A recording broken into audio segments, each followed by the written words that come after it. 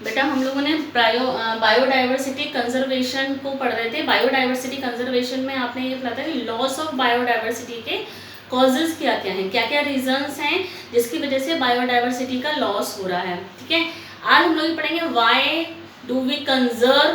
Should we conserve the biodiversity, क्यों हम लोगों को बायोडाइवर्सिटी को कंजर्व करना चाहिए। कंजर्वेशन, अभी तक हमने पढ़ा लॉस क्यों होता है ना, बायोडाइवर्सिटी का लॉस क्यों हो रहा है, क्या रीजंस हैं, क्या कॉजेज हैं बायोडाइवर्सिटी के लॉस के। अब हमने क्या पढ़ना है कि क्या करना चाहिए जिससे कि लॉस ना हो, बायोडाइवर्सिटी का लॉस ना हो, that is conservation of biodiversity. ठीक है, तो why should we conserve biodiversity.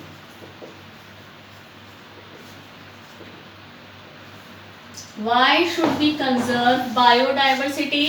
क्यों हमें बायोडाइवर्सिटी को कंजर्व करना चाहिए।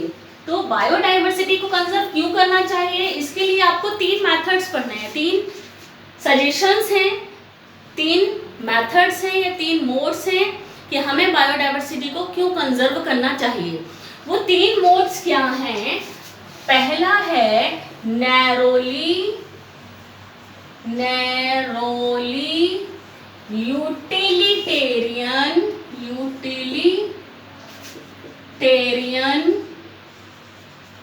व्यू। पहला narrowly utilitarian view. Narrowly utilitarian view का मतलब है, या नैरोली यूटिलिटेरियन आर्ग्यूमेंट कह सकते हैं इसको, आर्ग्यूमेंट्स, नैरोली यूटिलिटेरियन आर्ग्यूमेंट्स। दूसरा हमें पढ़ना, मैं तीनों हेडिंग्स आपको बता दूंगी। नैरोली यूटिलिटेरियन आर्ग्यूमेंट्स, फिर हमने कहा दूसरा मेथड होता है broadly utilitarian arguments, broadly utilitarian arguments. और तीसरा होता है बेटा इथिकल वैल्यूज, इथिकल वैल्यूज। हमें ये तीनों हेडिंग्स में पढ़ना है कि हमें क्यों बायोडाइवर्सिटी को कंजर्व करना चाहिए, क्यों करना चाहिए। पहले हम पढ़ेंगे कि बायोडाइवर्सिटी को कंजर्व क्यों करना चाहिए, फिर हम पढ़ेंगे बायोडाइवर्सिटी को कंजर्व कैसे करना चाहिए। तो दोनों हेडिंग्स हमको पढ़नी है कि बायोडाइवर्सिटी को कंजर्व क्यों करना चाहिए और दूसरा हमें पढ़ना है बायोडाइवर्सिटी को कंजर्व कैसे करना चाहिए। ये तीनों हेडिंग्स को समझिए बेटा। नैरोली हमें क्यों करना चाहिए कंजर्वेशन, ये सुनिए। Narrowly utilitarian arguments, narrowly utilitarian arguments का मतलब ये है कि नैरोली यानी लोगों की मानसिकता कितनी ज्यादा नैरो है। नैरो माइंडेड लोग जो होते हैं, जो कि सिर्फ अपने बारे में सोचते हैं, अपने मतलब का सोचते हैं। कुछ लोग ऐसे होते हैं, ऑब्वियसली पूरे वर्ल्ड में बहुत सारे लोग ऐसे हैं जो अपने मतलब को सोचते हैं, अपने मतलब को सोचते हैं। ऐसे मतलब ये है कि वाइल्ड लाइफ को अपने मतलब के लिए यूज कर रहे हैं, फॉरेस्ट को यूज कर रहे हैं पेपर इंडस्ट्री वाले लोग, है ना। तो जिन लोगों को पेपर इंडस्ट्री से मतलब है वो लोग उन पौधों की रक्षा कर रहे हैं बस, ठीक है ना। जिन लोगों को मेडिसिन की जरूरत है वो मेडिसिनल प्लांट की रक्षा कर रहे हैं बस। बाकी किसी चीज से कोई मतलब नहीं है कि कौन सी चीज का एक्सटिंक्शन हो रहा है, कौन सी चीज खत्म हो रही है, वो रिसोर्सेज। तो नैरोली यूटिलिटेरियन आर्ग्यूमेंट का मतलब यही है कि लोगों का, जितने भी समाज में लोग हैं वो मतलबी हैं, जितने भी लोग हैं वो अपने मतलब के लिए फॉरेस्ट को बचा रहे हैं या अपने मतलब के लिए ही वाइल्ड लाइफ को बचा रहे हैं, अदरवाइज उनको कोई मतलब नहीं है। पहली चीज ये कि इसीलिए हमें कंजर्व करना चाहिए कि लोगों की मानसिकता जो है वो नैरो है, कि अपने मतलब के बारे में सोचते हैं, बाकी किसी वाइल्ड लाइफ से मतलब नहीं है। Broadly utilitarian argument, broadly utilitarian argument का मतलब ये है कि ब्रॉडली का मतलब है कि हम अपनी फ्यूचर जनरेशन के लिए भी तो कुछ चीजें रख सकें।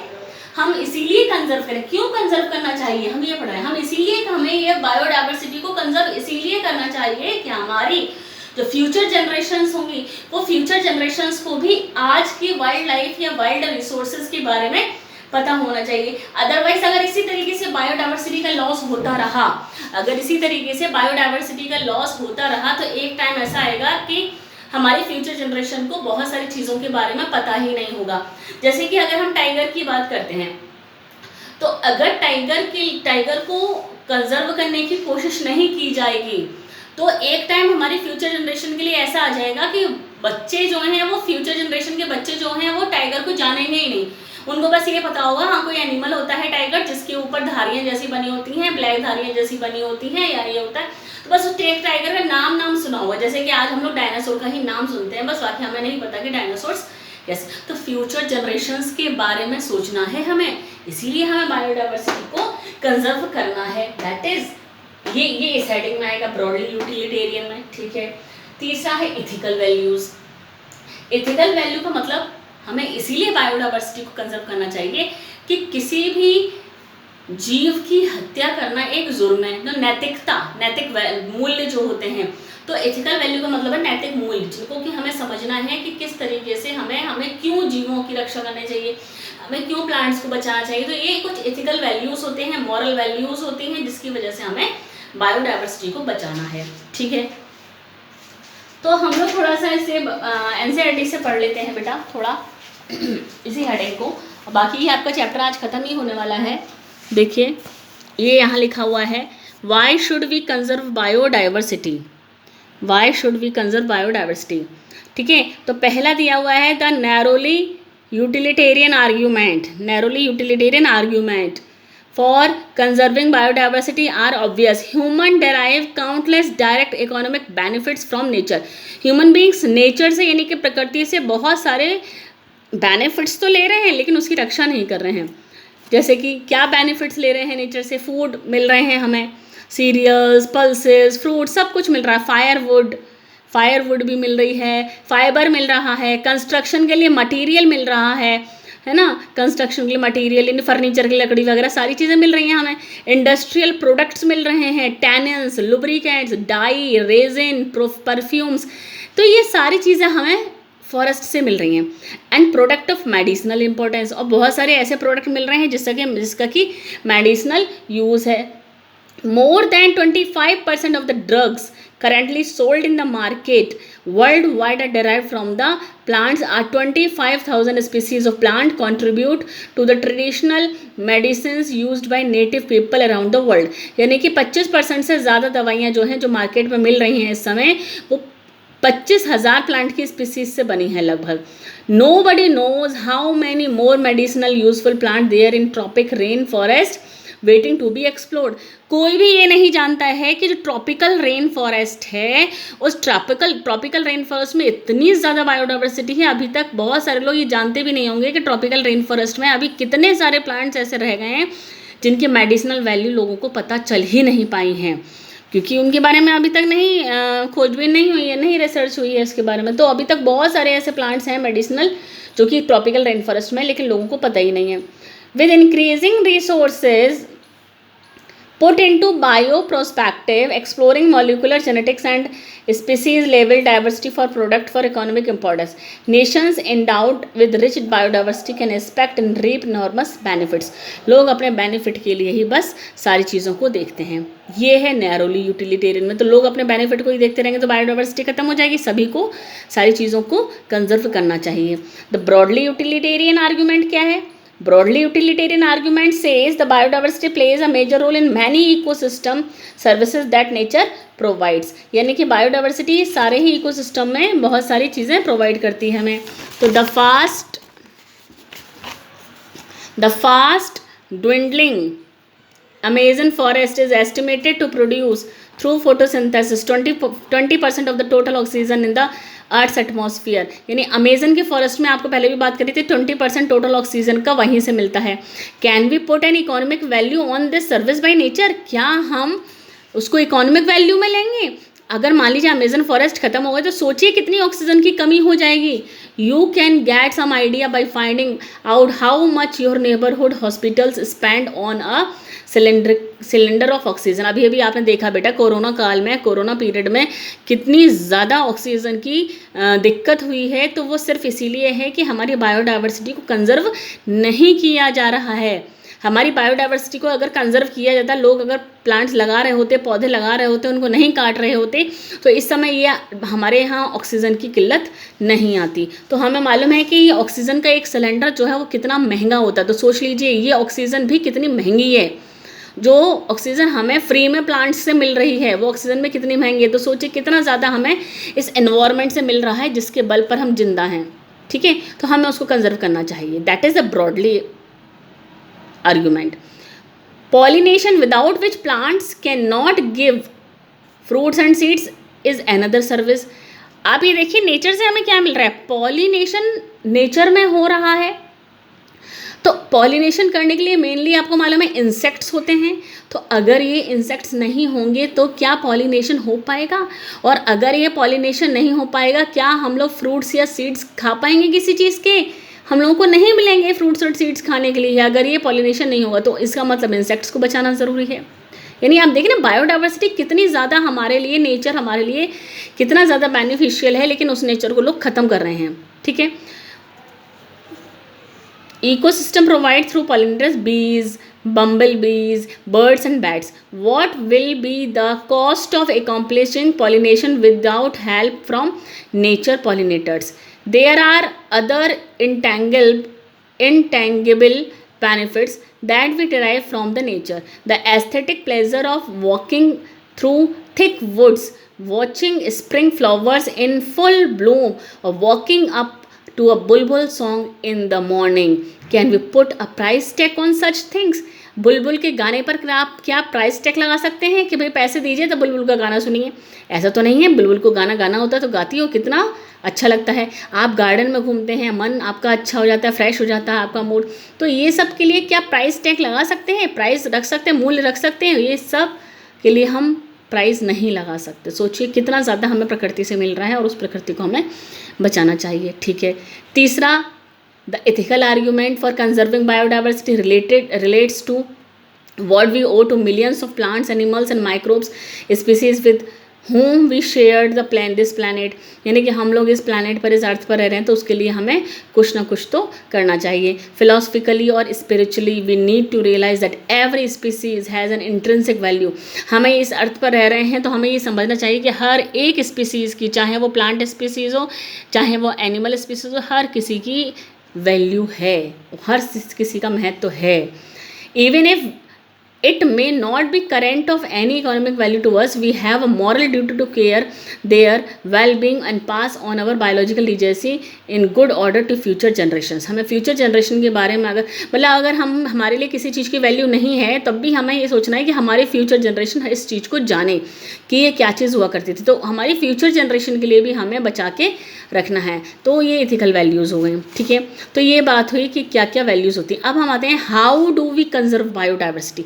हमें कैसे कंजर्व, अभी हमने क्या पढ़ा कि हमें क्यों कंजर्व करना चाहिए। अभी हमने पढ़ा कि हमें बायोडाइवर्सिटी को क्यों कंजर्व करना चाहिए। अब हम ये पढ़ेंगे कि हमें बायोडाइवर्सिटी को कैसे कंजर्व करना चाहिए। तो बायोडाइवर्सिटी को कंजर्व किस तरीके से करना चाहिए। बायोडाइवर्सिटी का कंजर्वेशन जो होता है, बायोडाइवर्सिटी का कंजर्वेशन दो तरीके से किया जाता है। वो बायोडाइवर्सिटी का कंजर्वेशन दो तरीके से किया जाता है। क्या? इन सिटू कंजर्वेशन, इन सिटू कंजर्वेशन और एक्स सिटू कंजर्वेशन। इन सिटू कंजर्वेशन और एक्स सिटू कंजर्वेशन। इन सिटू कंजर्वेशन कौन सा है बेटा? इन सिटू यानी कि जिस एनिमल का या जिस प्लांट का जो हैबिटेट है उसको उसी हैबिटेट में रह के सुरक्षित करना, वो कहलाता है in situ conservation. Ex situ conservation किसको बोलते हैं? एक्स सिटू कंजर्वेशन बोलते हैं कि उस एनिमल को उसके हैबिटेट से निकालकर किसी दूसरी जगह पर ले जाना और उसको वहां जाकर सुरक्षित रखना, उसको कहा जाता है एक्स सिटू कंजर्वेशन। ये हैबिटेट से बाहर ले जाकर सुरक्षा करना और इन सिटू उसी के हैबिटेट में सुरक्षा करना, तो ये इन सिटू कंजर्वेशन कहा जाता है। देखिए चलिए थोड़ा सा पढ़ लेते हैं इन सिटू और एक्स सिटू कंजर्वेशन और फिर आपका ये चैप्टर खत्म हो रहा है बेटा।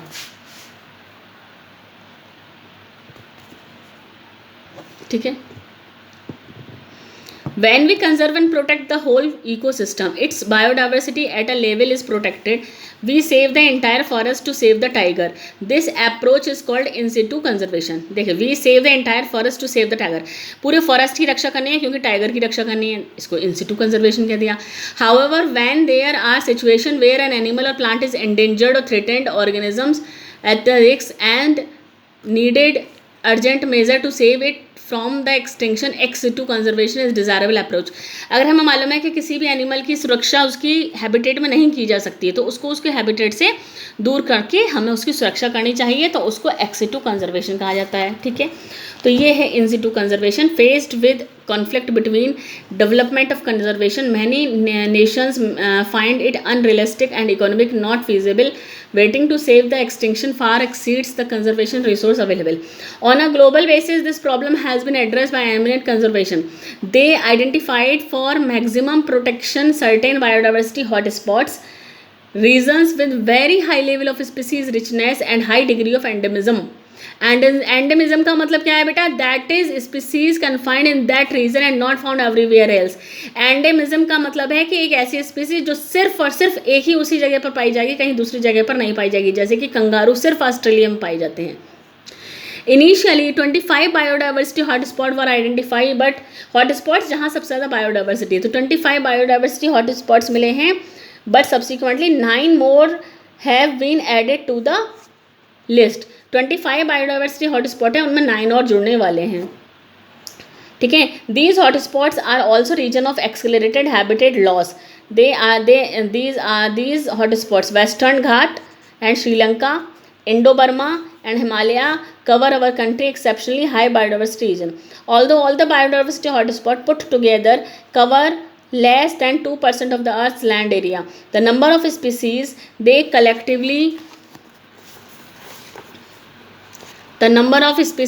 collectively harbor is extremely high and strict protection of these hotspots. ठीक है, चलिए अब आते हैं एक्स सिटू कंजर्वेशन क्या है. Ex situ in this approach threatened animals and plants taken out from the natural habitat and placed in special setting where they can protected and given special area. जैसे zoological park बनाए जा रहे हैं, botanical garden बनाए जा रहे हैं, wild life safari park बनाए जा रहे हैं अलग अलग पर्पज से. तो ये बेटा एक्स सिटू कंजर्वेशन है. ठीक है, चलिए इसको देखते हैं. Biodiversity knows no political boundaries. Biodiversity knows no political boundaries and its conservation is therefore a collective responsibility of all nations.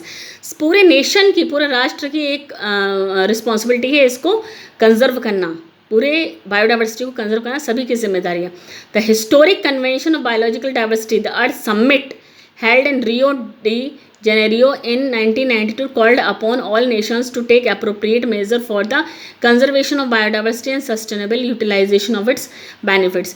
In the follow-up, the World Summit on Sustainable Development held in 2002 Johannesburg में हुई थी. ये summit 190 country ने यहाँ पर commitment दिया था और 2010 में इसको वो करा गया था, माना गया था. A significant reduction in the current rate of biodiversity loss eight global, regional and local levels. तो इससे क्या है कि ये समिट जो हुई थी इसकी वजह से बहुत ज़्यादा कंजर्वेशन हुआ था हमारी बायोडाइवर्सिटी में, जिससे कि हमें ये बायोडाइवर्सिटी का लॉस हम कम कर पाए थे. ठीक है, तो ये हमने पढ़ा बायोडाइवर्सिटी का लॉस किस तरीके से हमें कंजर्व करना चाहिए. ठीक है बेटा, तो अब हमने ये चैप्टर को खत्म कर लिया है. ये चैप्टर आपका खत्म हो गया है. इसके बाद आपका एनवायरमेंटल इशू वाला चैप्टर है जिसमें आपको पॉल्यूशंस के बारे में पढ़ना है, जो एक्चुअली आप पहले भी पढ़ चुके हैं. हम उसको एनसीईआरटी से डिस्कस करेंगे. तो वाई शुड हमने पढ़ लिया, वाई शुड बी कंजर्व, और हमने पढ़ लिया हाउ वी कंजर्व, हम कैसे कंजर्वेशन करते हैं और हम क्यों कंजर्वेशन करते हैं, ये आपने पढ़ लिया. ठीक है, तो नेक्स्ट लेक्चर हम लोग करेंगे एनवायरमेंटल इशू से स्टार्ट करेंगे, और एनवायरमेंटल इशू आपका लास्ट चैप्टर है इसका, इकोलॉजी का. ठीक है, चलिए.